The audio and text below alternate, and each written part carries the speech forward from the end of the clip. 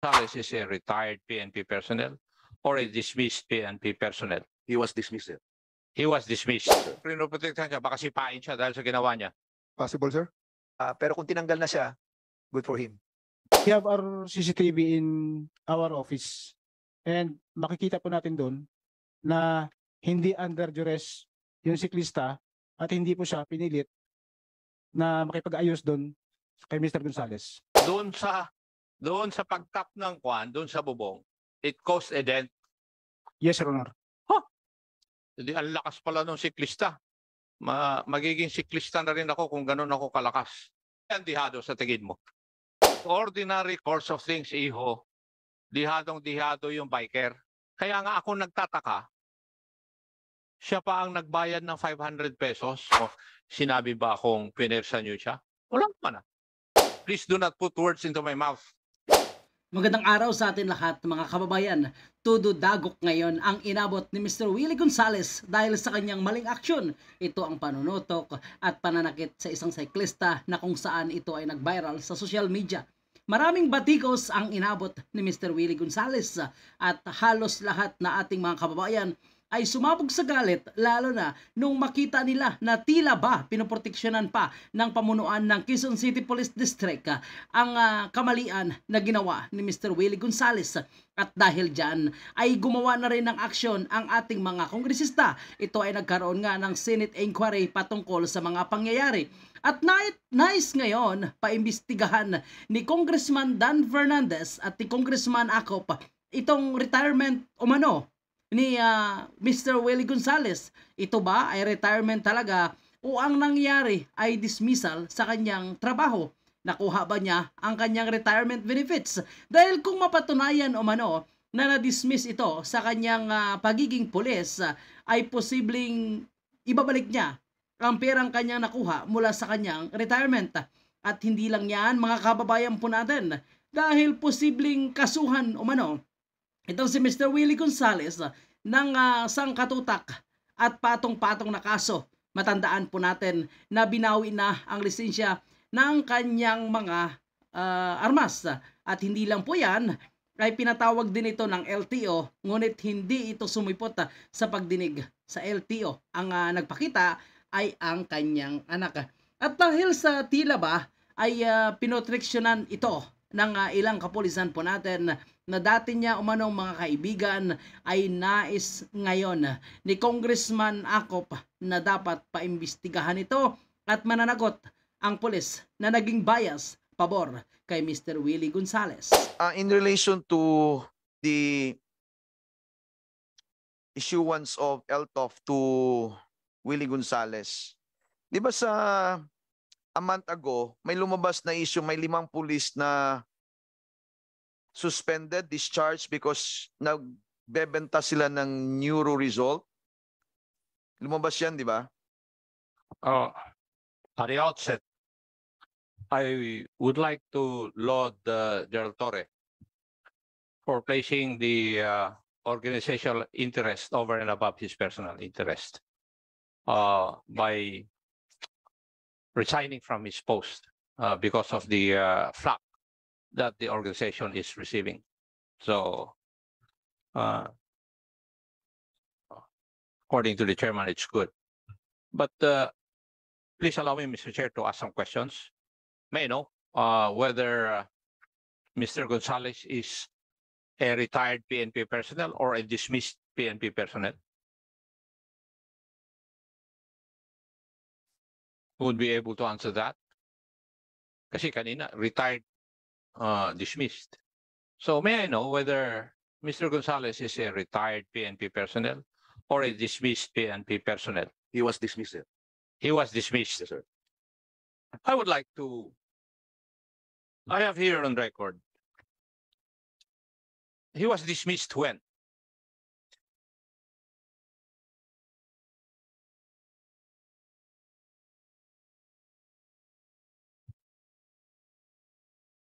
(2016) or what?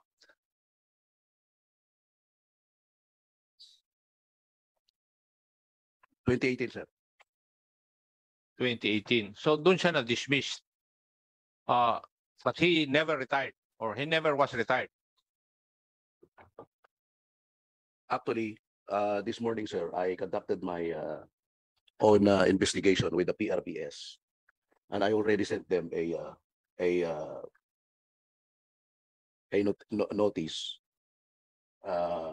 confirming the possibility why why he was allowed to get lump sum. So I am checking on this, sir. As the director for investigation, I heard some rumors that he was able to get his lump sum. So I have yet to receive the official report from the PRBS. Okay, kindly, and the next hearing, will you please bring the answer to the query? Yes, sir. If he has or if he had received his lump sum, Yes, sir. then he has retired. Di ba? Yes, sir. Accordingly, sir, he received his lump sum and using a fictitious clearance. So I have yet to find out the truth about that, sir. I only received the information this morning, sir. Kaya nga, sa susunod na hearing natin, could you please furnish this committee all the information regarding whether Mr. Gonzales has been retired or has been dismissed? Yes, sir, Your Honor. Kasi pag nakatanggap siya ng retirement benefits, di na-retire siya. Yes, O, sir. sinasabi nyo, finake niya yung kanyang kwan. It's just all my Well, assumption, sir, but I'm waiting for the official report from the PRBS, sir. sige. Basta sa susunod na hearing, pakibigyan nyo kami ng kumpletong report niyan. Yes, Your Honor. We will do so, Kasi sir. pati ako nahihilo kung retired siya or dismissed. Yes, sir. I was also looking at his PAIS database. Thank you. Yes, sir, this morning. Thank you, sir. Ah. I'll give you the update regarding this case, sir. Thank you. General sir. Torre, I watched your interview together with Mr. Gonzales. May I know what is the present occupation of Mr. Gonzales? Kasi maraming media na nagtatanong doon pero he was very, very evasive. So, would you know, ano po ang occupation of Mr. Gonzales currently? During that time, sir, I believe that he is acting as a bodyguard of somebody I have not identified, and I have not seen any document that will support my this information, sir. So I have not seen any employment contract or any identification card regarding that matter. I asked for him. I asked that from him. He did not provide it, sir. Allow me to ask my question sometimes in the Tagalog dialect simply because sinasabi ng mga nanonood ko minsan, hindi nila maintindihan yung English. So, kung pwede Tagalogin. So, hindi mo, nung tinatanong ng media, naririnig ko yun doon sa video, hindi mo man lang tinanong si Mr. Gonzales kung ano na yung hanap buhay niya ngayon? Tinanong ko, sir. Ano ang sabi niya? VIP security, sir. Security nino. Ayun sabihin, sir. Ha? Ayun sabihin, sir. Bakit kaya? He might be protecting his principal, sir. Ang sinabi niya na lang, Or sarili niyang pinoprotektahan siya, baka sipain siya dahil sa ginawa niya? possible, sir. Oo. Kasi nagtataka ako bakit hindi nyo pwedeng patugain siya doon sa kanyang hanap buhay. When in fact, kayo ang nag-provide ng platform para mag-explain siya sa publiko, which caused you receiving flack from the people. Yes, sir. Di ba? Kasi sinasabi doon sa kwan, Congressman, interject lang ako dyan, Kapraso. For your Sige. information lang. Ano? Alam mo naman tayo mga congressman, medyo may mga mga nadidinig din tayo. Yes, may mga marites na nagsabi na bodyguard siya ng isang justice. Ano? I think, hindi ko malaman kung Supreme Court or ano, whatever. Pero tinanggal na daw. So, yun lang for the information of everybody. Pero hindi po yan, wala pong ano yan. Wala resibo. Pero kung tinanggal na siya, good for him. thank you, Mr. Chair. May I proceed? Yes. Nandito po ba yung station commander o chief of police na nag-imbestiga doon sa situation na yun? I think the person is hindi ba si ano I yan? think he's Si outside, sir. Hindi si Arceo? Hindi ano? Si Randy Arceo? Hindi ano? Lieutenant Colonel Jake Barilla, sir. Wala Station siya rito, wala na. He's not in the room. Andito ba? Andito, Gerald Natates, andyan ba? Andito raw, Andyan. Outside, sir. Sige, antayin natin siya. Kahit na sino sa representative ng Philippine National Police or NAPOLCOM, kung titignan po natin yung sitwasyon, ito isang biker, nagbabike lang versus a motorist na mayroong sasakyan. Dahil sa isang sitwasyon na dala sa presinto. Nandito na ba yung station commander? Yeah. And may I know your name, please? Police Lieutenant Colonel Jake Barilas po, sir. Thank you. Sino po ang nagdala kay Mr. Gonzales o kay Alan Panjola sa istasyon po ninyo?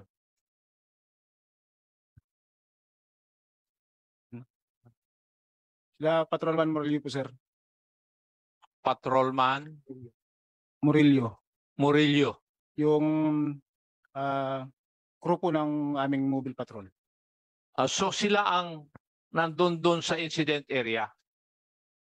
Bali sila na po, sir, Your Honor, yung kumuha dun sa both parties sa traffic sector 4 po.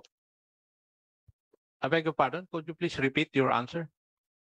Sila po, sir, yung kumuha sa both parties doon sa traffic sector 4. Traffic sector 4, kung saan nangyari yung insidente? Yes, sir, yung sector po na nag-conduct ng initial investigation. dun sa Initial traffic accident- investigation. Sa traffic Okay. accident po. Bakit inilipat? Hindi ba traffic altercation yon? Bakit inilipat po doon sa, inalis po doon sa, doon sa traffic sector 4? During the conduct of investigation, lumalabas po kasi na may complaint against doon sa na grave threat as well as malicious mischief committed by both sides, Your Honor. Grave threat and malicious mischief committed by both sides. Kindly tell me, pwede po bang mag-grave threat yung nagbibisikleta? At walang armas? On the part of Hindi. Sagutin mo muna ako, pwede bang mag-grave? Sabi mo kung po pwede. I will take your answer. cyclist, Your Honor, Yes. Pwede ba siyang mag-commit ng grave threat? Kasi sinabi mo, both parties eh. wala po, Your Honor. Bali yung grave threat po doon sa side nung cyclist against kay Mr. Gonzales. Tapos yung malicious mischief naman is complaint ni Mr. Gonzales against doon sa cyclist. So, when the case was turned over to your station, alam na kung sino ang may diferensya doon sa traffic altercation. Yes, Your Honor. Sino po ang may diferensya? Kung alam na ninyo before na turn over dyan sa inyong stasyon. Based dun sa statement na binigay nung cyclist, inanim po niya sa statement niya na tinapik niya yung kotse nung Mr. Gonzales. Masama po ba yun? Or did the cyclist commit any violation of law when he did that? Lumalabas to kasi, Your Honor, na Teka, huwag kang kuhan. Sagutin mo muna ako bago ka mag-explain. Did the biker or the cyclist commit any violation of law nung tinapik niya yung sasakyan ni Mr. Ano to? Gonzales? Yes, Your Honor. Ha? Yes. Na he committed a crime? Did he commit any violation of law? Yes, sir. Yes. And what crime is that? Pwede po siya magiging unjust vexation. Alin? Unjust vexation po. Unjust Eh. vexation. Wala naman akong narinig sa iyo na crime kanina na unjust vexation eh. Sabi mo, grave threat at saka malicious mischief. Naging malicious mischief po dahil po yung sasakyan nag-incur po ng dent doon sa malapit na sa may bubong niya, Your Honor. Sa bubong. Yo po. doon sa pagtap ng kwan, doon sa bubong, it caused a dent. Yes, Your Honor. Hindi, ang lakas pala ng siklista. Magiging siklista na rin ako kung ganun ako kalakas ang mangyayari sa akin. Alam mo, Iho, what I'm trying to point out is, yung ordinary na tao, at saka isang nagpapanggap na retired na policeman, dadalhin mo sa isang istasyon kung saan siya nanggaling. Sino kaya ang dihado sa tingin mo?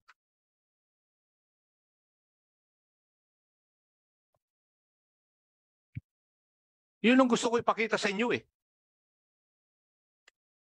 Na isang tao, sinasabi na retired policeman siya, or whatever, dismissed policeman, at galing sa inyong organisasyon, dinala sa isang istasyon na may kakilala sa mga istasyon na yan, kayo na rin nagsabi nun, ano kaya ang mangyayari? Tingin mo? In the ordinary course of things, Iho, dihadong-dihado yung biker. Ano sa tingin mo? Kaya nga ako nagtataka, siya pa ang nagbayad ng 500 pesos according to the report of the good attorney Fortune. Di ba? Butin mo ako. We have no idea about yung bayaran sir na 500. Wala pa kami idea. So when they entered into an amicable settlement, basta nagpatawaran na lang sila? Yung nung hatid sa kanila sa Galas Police Station, pinaliwanag sa kanila ng aking investigador kung ano yung magiging kaso nila ng both parties. So, during the course of initial investigation, nag-manifest po sila verbally na magsisettle sa dalawa. So, ang ginawa ng aking investigator, gumawa ng referral papunta sa barangay para doon ayusin or magkaregluhan. Kasi sa PNP, bawal po ang magkaroon ng areglo. So, para hindi kami makulayan, nirefer namin sa barangay for mediation. Anyway, nasabi ko na rin yung sinasabi kong hindi tama na sitwasyon eh. Kasi